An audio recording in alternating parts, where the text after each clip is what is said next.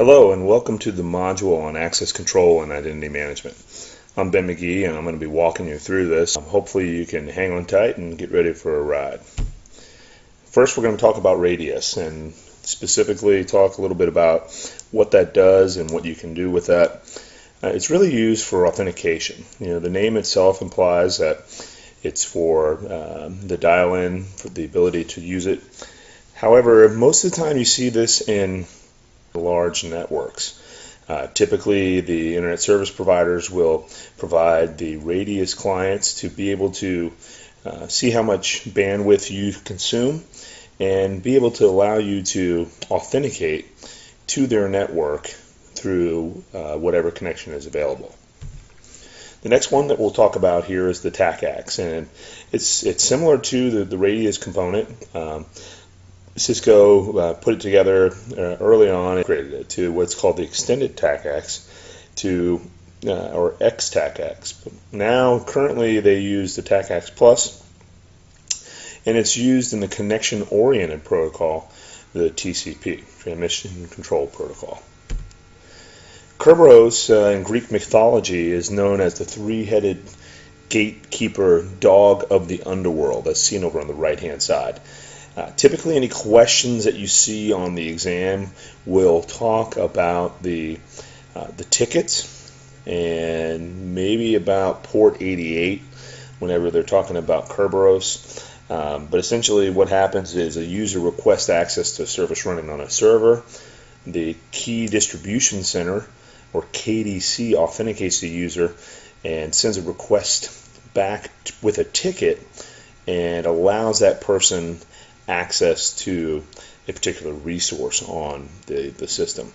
Microsoft uses Kerberos authentication in most of their products.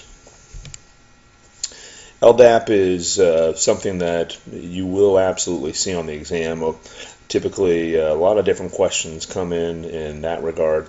Whole bunch of different flavors of the directory servers that are out there. Active Directory is one of them. Also, Oracle is a big one out there. Apache, IBM, Apple all have skin in the game as well. The LDAP stands for the Lightweight Directory Access Protocol, and really is a language and a way that you can logically represent things in the X.500 schema or the directory information tree. It's gone over port 389. And the secure version of that is port 636.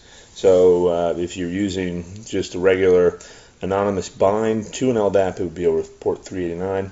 If you wanted to use TLS or SSL LDAP, that would be over 636.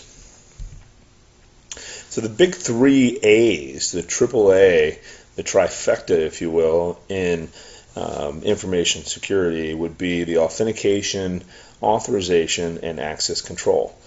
Not to be confused with the CIA triad, the CIA triad being the confidentiality, data integrity, and availability. So this AAA right here gets into specifics on access control. What's the difference between identification and authentication? Identification typically is a user ID, as opposed to something that is used to be able to authenticate you. It would be something like something you know, something you have, or something you are. And typically any two of those factor authentications, something you know, something you have, something you are, would be considered multi-factor authentication or strong authentication. Authentication specifically in the components that we know of, something you know would be like a PIN or a password, maybe your mother's maiden name. Something you are would be biometrics. And something you have would be like a CAC card or a smart card, maybe an RSA token, one of those three things, and probably a plethora of other things. Biometrics definitely has some skin in that game as far as the authentication is concerned. Obviously, very difficult to spoof biometrics. There's been a few movies that have been out there that have done just that, but in the real world, it typically is very difficult There is a measure of sensibility called the FRR and the FAR, the false rejection rate and the false acceptance rate. And where those two meet typically in a biometrics product is called the crossover error rate. And those three typically show up on the exam whenever we talk about biometrics. So the next one here on the bullets would be the tokens, and the very similar to the Kerberos concept that we talked about a little bit earlier, in that the tokens can be used in a synchronous environment where you may have a temporal token for maybe a 10-minute period. A lot of the social media sites, any banking, will use a session token to be able to allow access to a particular amount of objects for a specific amount of time. To enumerate this a little bit further, if you've never seen a CAC card before, the Common Access card, really it's a smart card. It's got a little chip inside of it that you can program. It's got a barcode that can be read. Usually it's got a facial, front facial picture of the person and some sort of hologram or a holographic mark on it for the DoD service that it provides for. We've also seen these personal identification verification, the PIV cards, which have come out since September 11th, that really helps to with the HSPD 12, the Homeland Security Presidential Directive number 12, and puts that in full effect. So a lot of times we see these two things on the exam as well, the mandatory access control and the discretionary access control. So the mandatory access control is something that the administrators have to make changes, and discretionary access control, it means that you can make changes. Whoever owns the file could make the change. It's at your discretion. And the way that you delineate between the two is mandatory could be something like a group policy or something along those lines, whereas the DAC would be enforced by an ACL or access control list. Usually Windows by default will make use of that DAC. The RBAC, the top one here, and I know both of these could be RBAC, role-based, and rule-based, but typically you'll see the role-based access control referred to as the RBAC. And that is basically assigning access privileges to job functions and roles. So people are put into buckets. Those buckets are then called roles, and those roles are assigned permissions to specific objects that are on the network. That could be controlled through something like an Active Directory or like an LDAP directory of some kind. Down here at the bottom, the rule-based access control, we have an allow or deny. Usually you'll see an if-then-else rule-based access control. Easiest way to think about that is like your Windows firewall, or if you've ever played around with like IP tables or some sort of other firewall. You have implicit allows or implicit denies, and explicit allows and explicit denies.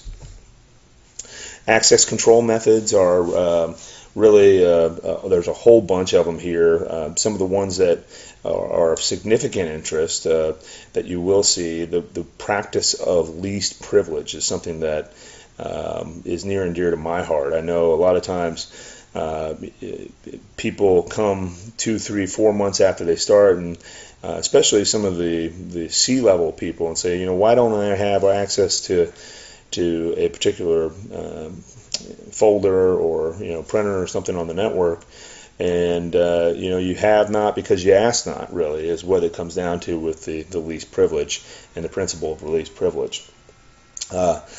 The separation of duties really helps companies to have redundant backup in personnel to make sure that there's no issues and people aren't doing things they shouldn't be doing, really to keep an honest person honest. A few of these other ones that you see out there, mandatory vacations. A lot of people actually force their employees to take mandatory vacations because it helps boost morale. And really keeps people more fresh, as opposed to somebody who may not ever take vacations, or has 200-300 hours worth of vacations that they've been bankrolling for a while. So companies are starting to enforce mandatory vacations more often to make sure people remain sane. The account management really is a function of itself, and can be multiple people that could administer this. A lot of times you'll see nowadays, at least in the Windows Server domains, with the PowerShell starting to go into some of the command line based Active Directory components for modifying group objects or group policy objects. You get to a point where you can enforce policies. That could be things like password complexity. Have over 12 characters with bumpy caps, or camel case, where upper and lower case, as well as numbers and alphanumeric characters. Have expirations typically at 90 days. You'll see for passwords. Some sort of clipping level or threshold that can be met as well. If maybe somebody types the incorrect password 3 times, you'll lock them out for 15 minutes or something like that. A lot of focus is put on some of the next slides here. The Bell-LaPadula is one of them. This is really specific to confidentiality. Bell-LaPadula confidentiality. The premise here is that it has a lattice-based approach with an upper boundary and a lower boundary, and information cannot leave those boundaries. So you have a no read up and a no write down for Bell-LaPadula. The upper boundary, the lower boundary, information can't leave, and it's for confidentiality specifics, specifically for this particular one. The BIBA, I like to say in my classes, the BIBA Las Vegas, just because it's an easier way to remember it. It's for the integrity. The Bell-LaPadula we just talked about was for confidentiality. This one's for integrity, and you have a limited use with an upper and lower boundary, where you have no write up and no read down. In this case, information could not be read down, as well as you can't write up to maybe corrupt or damage the integrity of data on the upper or lower bounds. The Clark-Wilson here, it talks a little bit about the sensitivity and how some of the applications can have a very robust power based on the privileges of the account that's connecting to the database. And it really sets forth a lot of value in adding some goodness to what kind of access controls to put onto your applications. Driver code or program code, sensitive and public. Being able to read from the application and write from the application. What are those privileges? Are you logging that? Then those sorts of things are what comes with the Clark-Wilson. The information flow model is kind of neat. You have different sensitivity labels that are over on the left-hand side here, where restricted, sensitive, limited.